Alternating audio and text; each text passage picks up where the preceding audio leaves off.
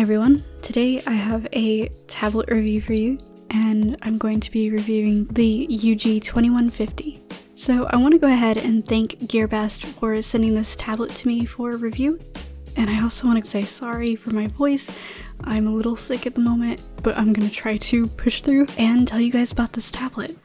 So I'm going to go ahead and show you what comes in the box with it. Of course, you're going to get the display tablet, 2 rechargeable pens, a pen holder, which has 8 replacement nibs, and a nib removing ring located inside of it, 2 pen charging cables to go along with the 2 rechargeable pens, a power adapter and a power cord, a USB to USB Type-B cable, a VGA cable, an HDMI cable, a CD with the driver on it, and a user manual.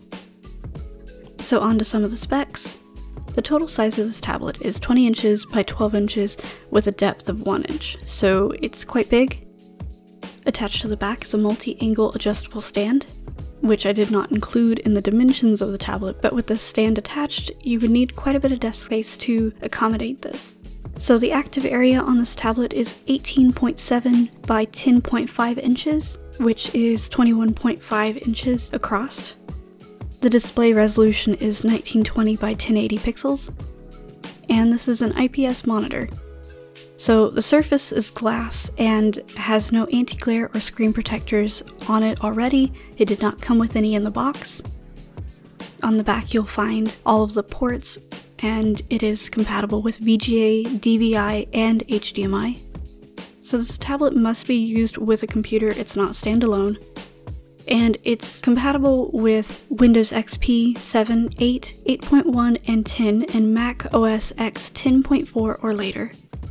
Both of the pens support 2048 levels of pressure, and the buttons on the side of the pen can only be set to mouse clicks. And the tablet has a 15mm reading height, in other words, how far you can hover the pen away from the screen and still control the cursor. And now we're on to installing the driver. So as always, the tablet comes with the driver CD, but I always highly recommend that you go to the website and download the latest driver instead. So we're going to go to ugee.net and select the support page, then download. Here you'll see a list of drivers. Take note that the Windows 10 driver has a beta version, which is the only one I could get to work on my computer at this time. Anyways, find your OS and download the corresponding driver. Make sure you've uninstalled all other tablets before attempting to install to prevent driver conflicts. If it doesn't prompt you to restart, I suggest doing so if the pen does not respond. And to access the driver settings for calibration, pin settings, and whatnot, you can go to the icon in your taskbar, and the driver will always auto-start whenever you boot your computer. So onto what I thought about this tablet. I'm going to start with the pros, and then I'll give you the cons. So pros being, this tablet has a large display with really good color and good resolution, and it's super clear. The colors and brightness of the display are alright out of the box, but it was super easy to match it to my main monitor colors by using the menus built into the display. I have the brightness down a little bit to keep from straining my eyes too much, but it can be set to be very bright, which is good if you're working in a very bright environment. Even at full brightness, I didn't experience the screen getting hot. It was maybe a bit warm to the touch at the bottom, but nothing to be worried about. And the pressure sensitivity in the pens is good. I felt like I could get the level of detail that I like to put in my art, and there was no weird tapering.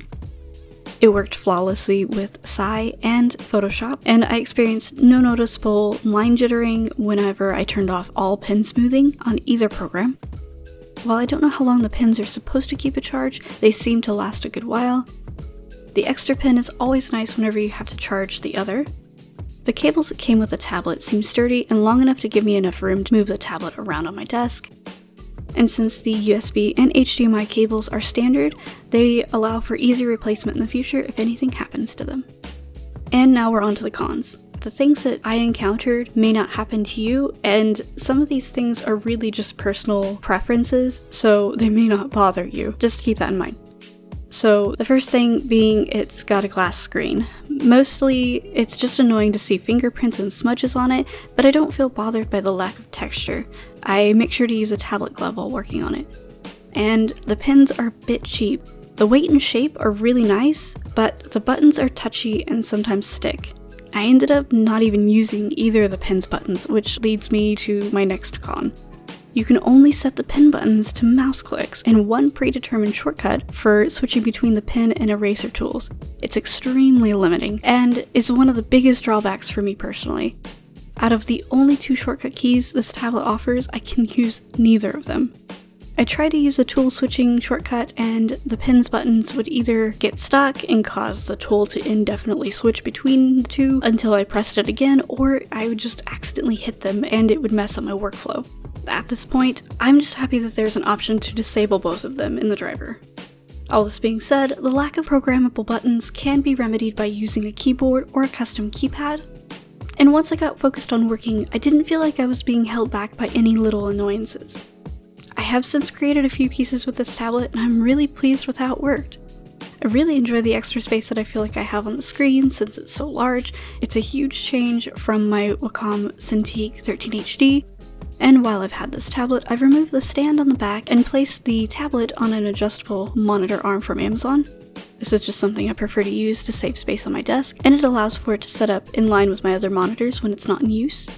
So my final thoughts on this tablet is, it's pretty great, and I really enjoy it, enough so that I've set aside my 13HD for the extra space.